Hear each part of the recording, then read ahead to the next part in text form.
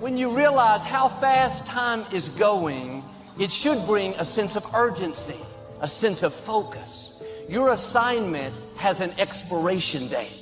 Your time on this earth is not unlimited. God is saying to you, your hour has come. If you're going to reach your highest potential, you have to do like Jesus and set your face. You can't be distracted by things that are keeping you from your purpose.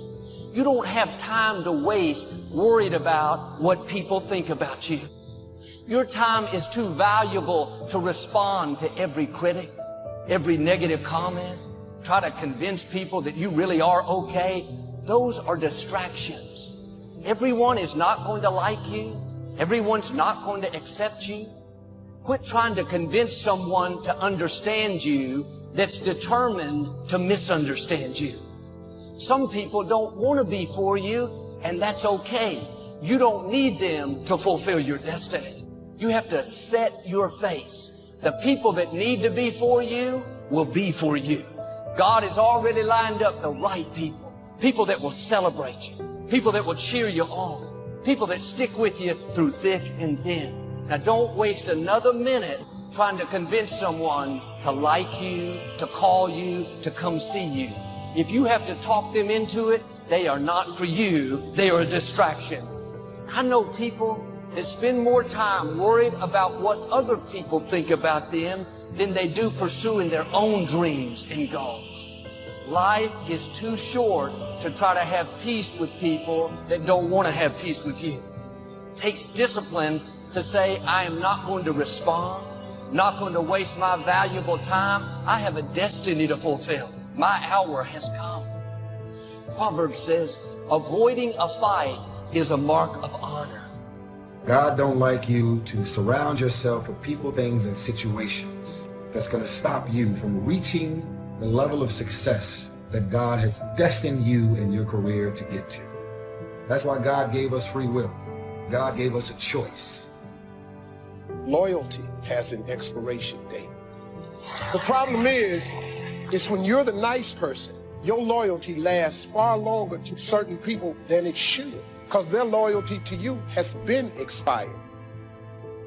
But you being the good person, you hang on to friendships and become forgiving far longer than you really should be. Loyalty has an expiration date. I want to talk to you today about connecting with the right people. Your destiny is too big to get there on your own. God has already arranged certain people to speak faith into you. He's placed in your path people to inspire you, to help you grow and accomplish your dreams. But the reason some people never reach their highest potential is because they never get away from the wrong people. Which means that if God has destined your life to get from here to where it's destined to be, you're carrying dead weight. Your boat is either going to sink, or God has destined your life and your career to get to the ultimate blessings and the goals and where you're supposed to be.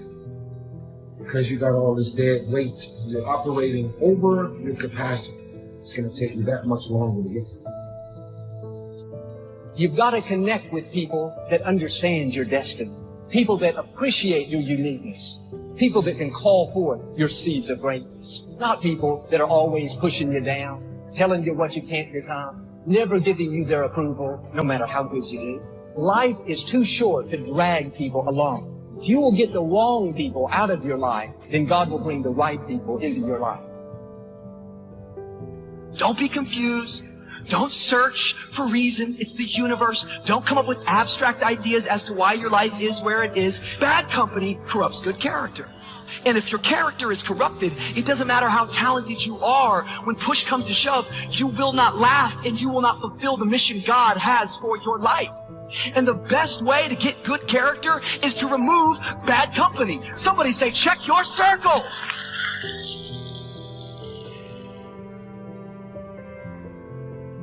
If you don't know your starting point, friend, you're never going to get to your end point. And so we're being honest and we're being vulnerable and we're looking within and saying, who am I really? And Tozer would say to you and I, you want to know who you are? Just check the circle of your friends. Where God has destined your life and your career to be and go, You cannot get there with all of the people that you showed up with, because your boat is at its capacity. If the boat is at 1,500, and because you're loyal, you have your boat now at 4,000 pounds in capacity. You are now on a boat that has blessings and opportunities, but it's overweight. It's past its capacity. Some of you, the only thing that's holding you back is your inner circle. The people that are closest to you, they're with you, but they're not really for you. You're constantly having to persuade them that you're okay and convince them to get on board. You're spending all your time and energy on someone that doesn't understand your destiny.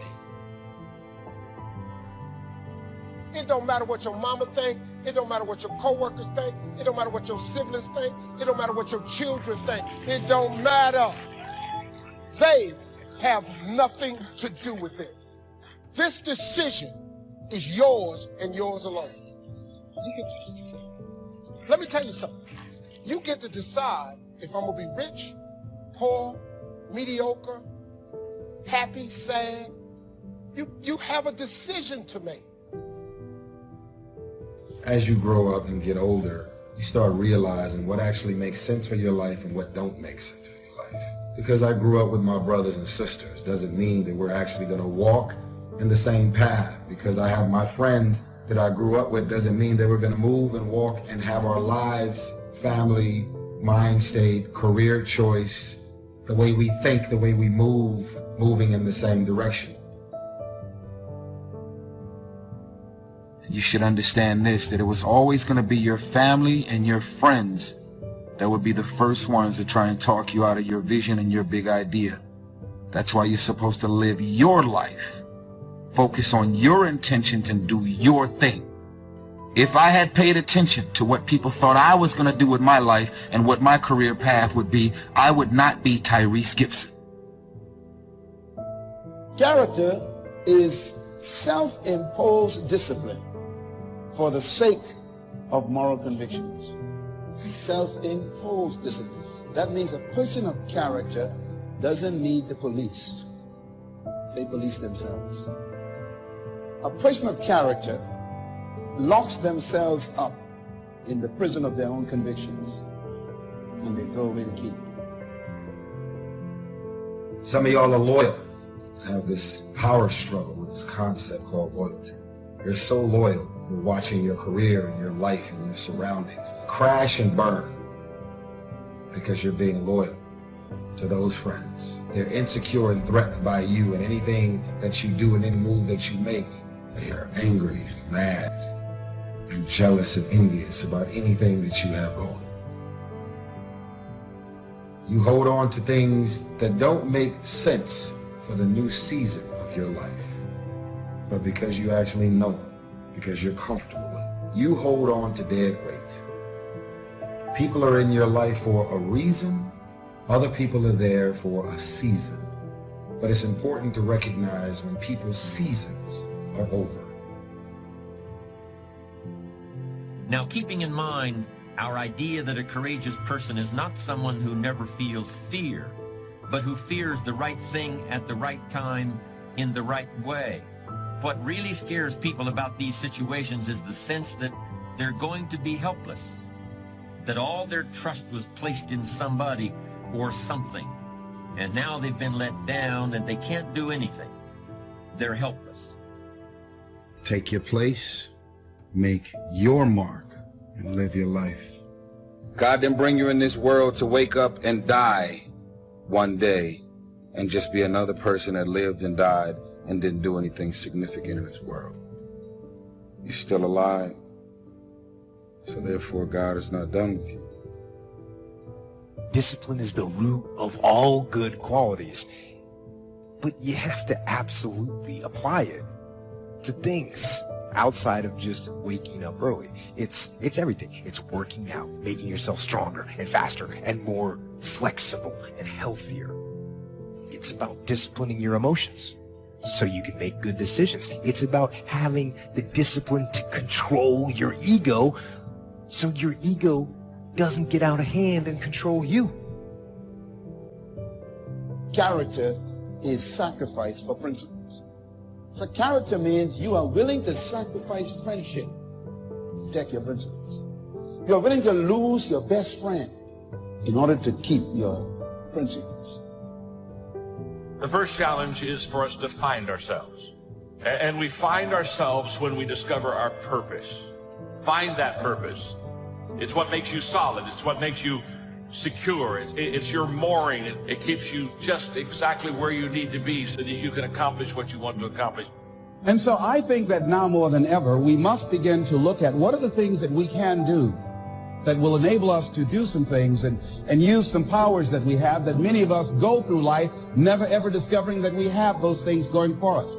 And part of that, I believe, is knowing what it is your life worth. What is it that gives your life a sense of meaning and purpose?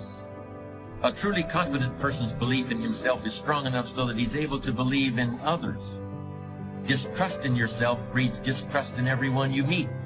A confident person gives you confidence. She creates confidence in others. The strength of her character makes you a stronger character. Do you have character? Who are you with right now that you shouldn't be with? Think about it. Society is conspiring all the time in our culture to completely distract you so you never win, to just divert your focus and attention. Look over here, look at this shiny thing. Worry about what's going on here in this war. And they get these different things on television and our phones and in our lives and just get us distracted so we never get obsessed. We never get laser focused. Ask yourself truthfully, your big goals and dreams, are you really clear on what they are? Because if you don't have that, we can't even get started. Other people will often see how God shaped you before you do. Because when you're naturally good at something, you think everybody's good at it. They're not. And when you're good at something, you just think it's a normal thing. Well, anybody should be able to do that. Well, they don't. And so other people will actually have to point it out in you. Integrity is the foundation that a successful life is built on. You can have talent, determination, but without integrity, you won't reach your highest potential. A person of integrity does the right thing when no one is watching. They give it their best whether anyone is there or not.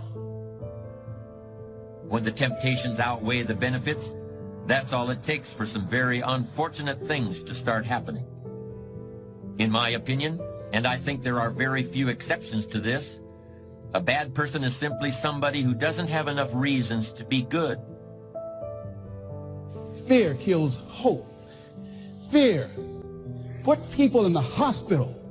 Fear can age you, can hold you back from doing something that you know within yourself that you're capable of doing, but it will paralyze you.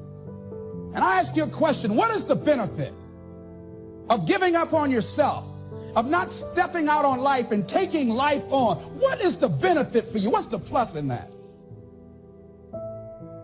And so ask yourself what you're willing to risk. What's the price you're willing to pay? Because what most people do when they're trying to chase their dream or their big outcome, the whole time they're negotiating the price in their head.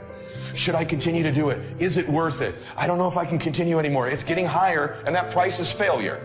And what happens is, if you don't negotiate that price in advance, it's going to steal your focus and energy and become another distraction. When you find your spiritual gift, all of a sudden it'll give you an energy that when you're in the area of your weaknesses, you get tired, don't you? But when you're in the area of your strengths, you're energized. Well, Joel, I've always been kind of negative, critical, condescending. That's just who I am. No, that's who you're choosing to be. That's not who you are. Try being kind, friendly, good-natured. You'll not only enjoy life more, but you'll go further.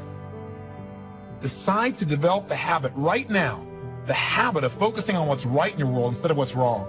The habit of focusing on what you do have instead of what you don't have in a situation. Because those habits form the chain of your ultimate character, of who you become and how you end up living your life. We've got to condition ourselves, because if we don't, we'll go back to the automatic state that most people live in today's society. Wisdom is a unique commodity, if indeed it can even be called a commodity. Unlike the other things people hunger for, wisdom is very hard to visualize. Books aren't wisdom. They're just pieces of paper bound together. Books can help create wisdom in people's mind, but if you look inside their heads, you won't find any wisdom there.